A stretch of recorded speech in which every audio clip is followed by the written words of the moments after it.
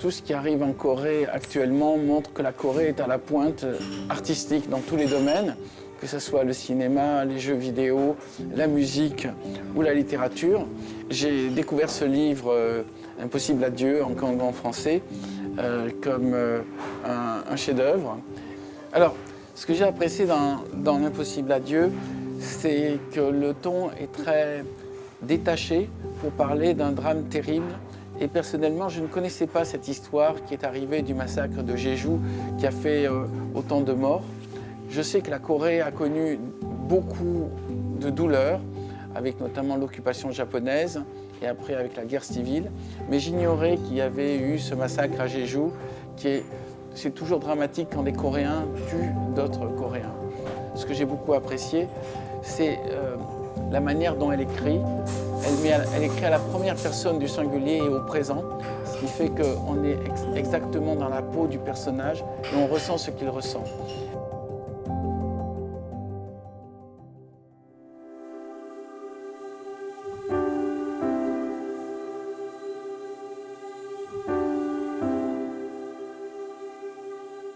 성근 눈이 내리고 있었다.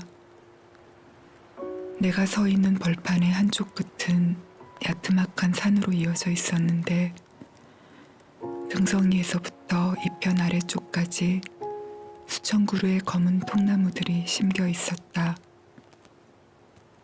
여러 연령대의 사람들처럼 조금씩 다른 키에 철길 침묵 정도의 굵기를 가진 나무들이었다. 하지만 침묵처럼 곧지 않고 조금씩 기울거나 휘어 있어서 마치 수천 명의 남녀들과 야윈 아이들이 어깨를 웅크린 채 눈을 막고 있는 것 같았다. 묘지가 여기 있었나? 나는 생각했다. 이 나무들이 다 묘비인가?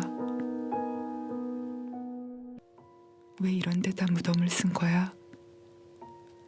점점 빠르게 바다가 밀려 들어오고 있었다.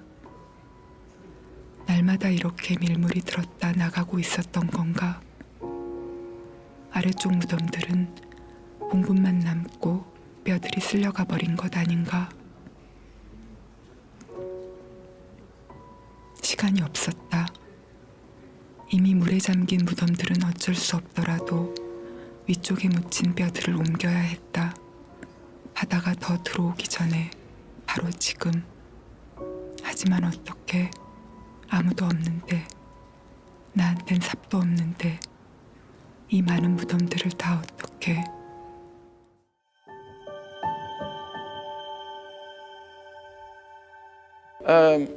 Ce que je trouve en lisant ce livre, ce qui m'a beaucoup touché, c'est le courage du peuple coréen qui a affronté autant de drames et de guerres et qui reste malgré tout un peuple dynamique, tourné vers le futur.